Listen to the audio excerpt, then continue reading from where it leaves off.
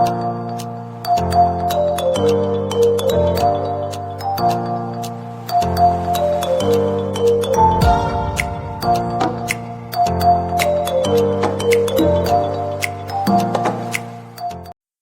SLB dan wawancara kami dengan dokter yang sudah datang ke sini tentang tunadaksa.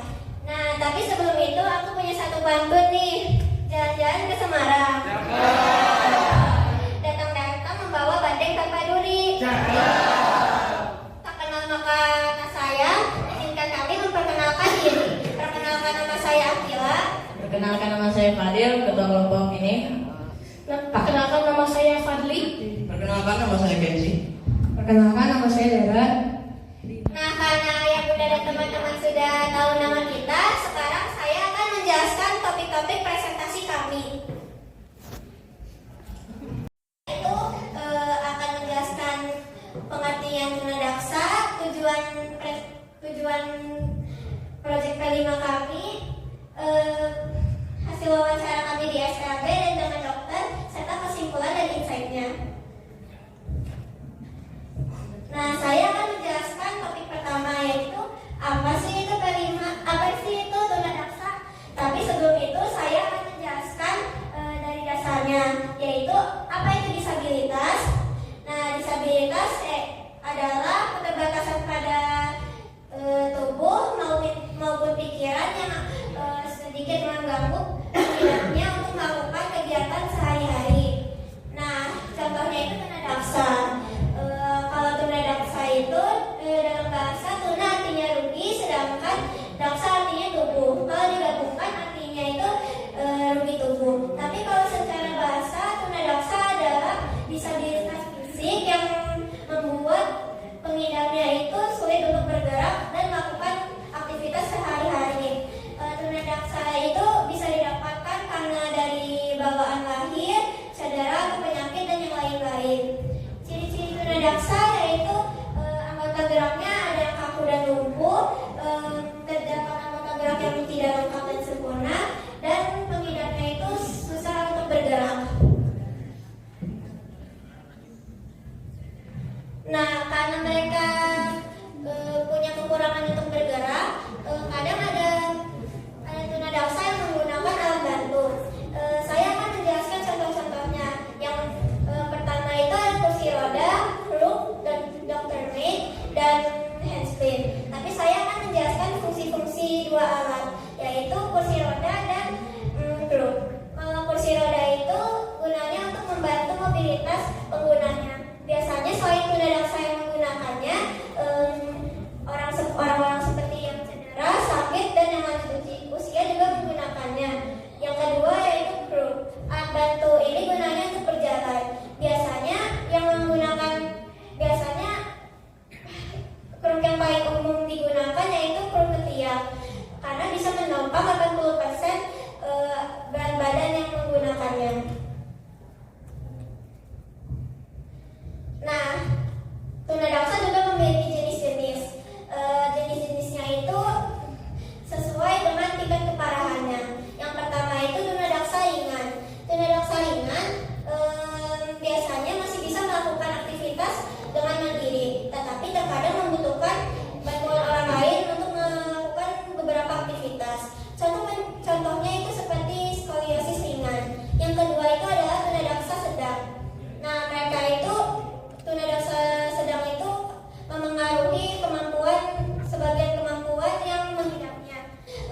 Terkadang juga ada yang memakai kursi roda dan butuh bantuan orang terdekat. Contohnya itu seperti cerebral palsy. Yang terakhir yaitu tunadaksa berat. Tunadaksa berat itu memengaruhi sebagian besar aktivitas sehari-harinya.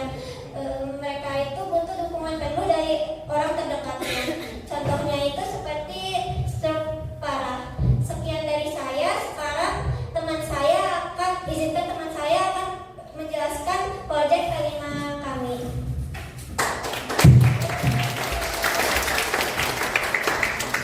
Ya, terima kasih untuk teman saya. Assalamualaikum warahmatullahi wabarakatuh. Hari ini saya akan menjelaskan tujuan proyek kelima milik kelompok saya. Tapi sebelum itu, apa kalian penasaran apa itu kelima?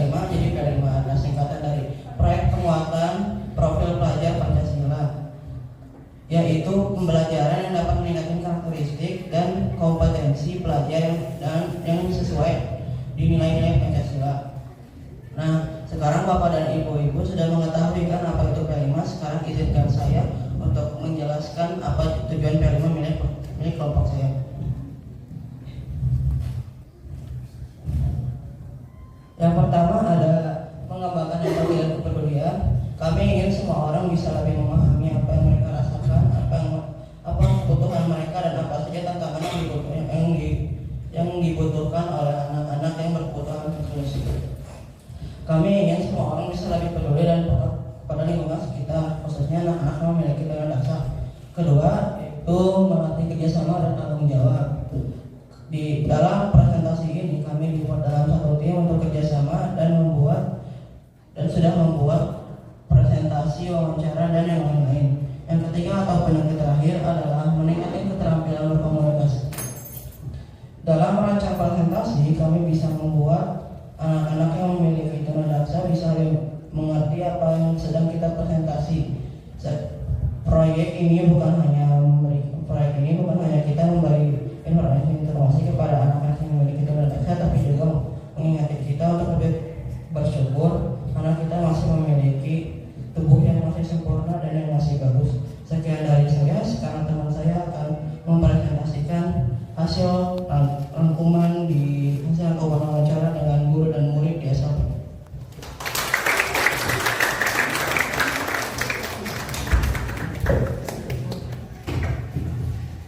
Terima kasih. Assalamualaikum warahmatullahi wabarakatuh. Izinkan saya untuk menjelaskan hasil wawancara kami di SLB Negeri Cileunyi. Pertama kita mewawancarai Kiara. Kiara bercita-cita menjadi guru dan motivasi terbesar Kiara untuk sekolah adalah keinginannya untuk memiliki teman. Ini menunjukkan pentingnya lingkungan sosial untuk mendukung pendidikan. Kemudian ada Dapi, hobinya adalah menggambar. Aktivitas ini adalah yang membuat dia merasa bahagia di sekolah. Kemudian jika dia menghadapi kesulitan, Dapi menemukan semangat kembali dengan bercerita kepada orang lain. Ini menunjukkan betapa pentingnya hubungan emosional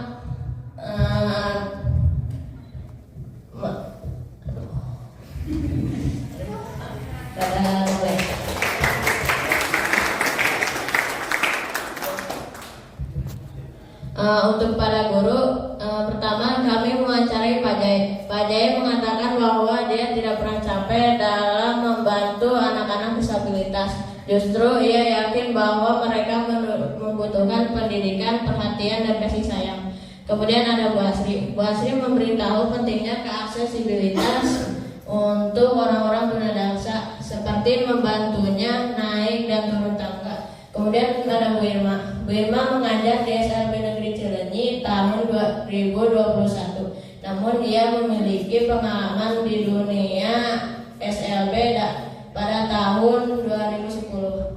Ia termotivasi oleh kelebihan unik yang dimiliki oleh murid-murid disabilitas. Untuk wawancara dengan dokter, izinkan teman saya yang menjelaskan.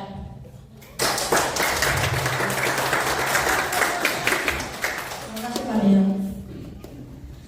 Assalamualaikum warahmatullahi wabarakatuh. Izinkan saya mempresentasikan wawancara kami dengan Dr. Anita. Dari wawancara ini, Dr. Anita memberitahu salah satu langkah penting untuk mencegah komplikasi melalui perawatan kulit dan gangguan pernapasan. Perawatan kulit dan latihan fisik yang teratur. Terapi fisik seperti fisioterapi dan terapi okupasi dapat membantu mereka meningkatkan mobilitasnya. Alat bantu seperti kursi roda, tongkat, dan alat prostetik juga dapat membantu mereka meningkatkan kemandiriannya.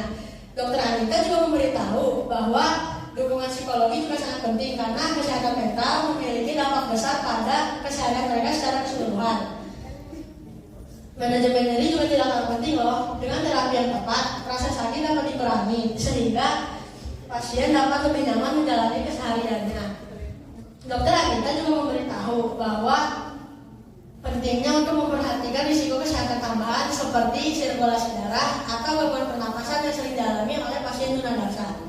Dari wawancara ini kita belajar bahwa dukungan fisik maupun psikologi dapat membantu pasien meningkatkan kualitas hidup mereka. Dengan dukungan kita semua, mereka dapat hidup lebih baik, lebih sehat, dan lebih mandiri.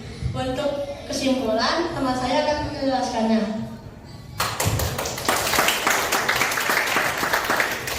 Baik Bapak Ibu sekalian, jadi kesimpulan dari presentasi ini adalah kisah dari SLB Negeri Cileunyi menunjukkan semangat yang luar biasa. Murid seperti KA dan Adarti mengajarkan bahwa setiap anak memiliki impian dan cara unik sendiri untuk berjuang.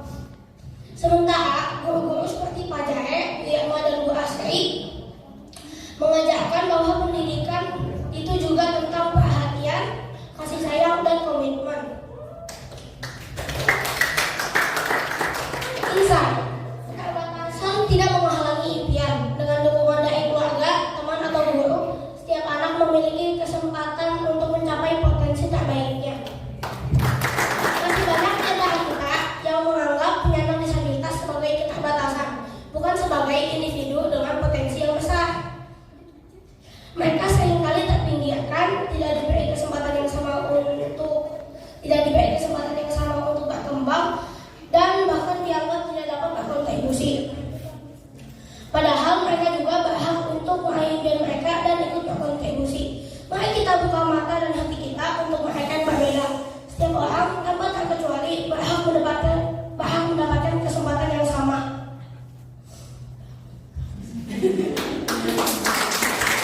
Dan ingat, peduli bukan hanya tentang memberi, tetapi tentang memberi ruang untuk mereka agar bisa bersinar, berkembang, dan merasa dihargai. Bersama-sama kita wujudkan dunia yang inklusif, di mana setiap orang, apapun kondisinya, dapat ikut berkontribusi dan meraih impian.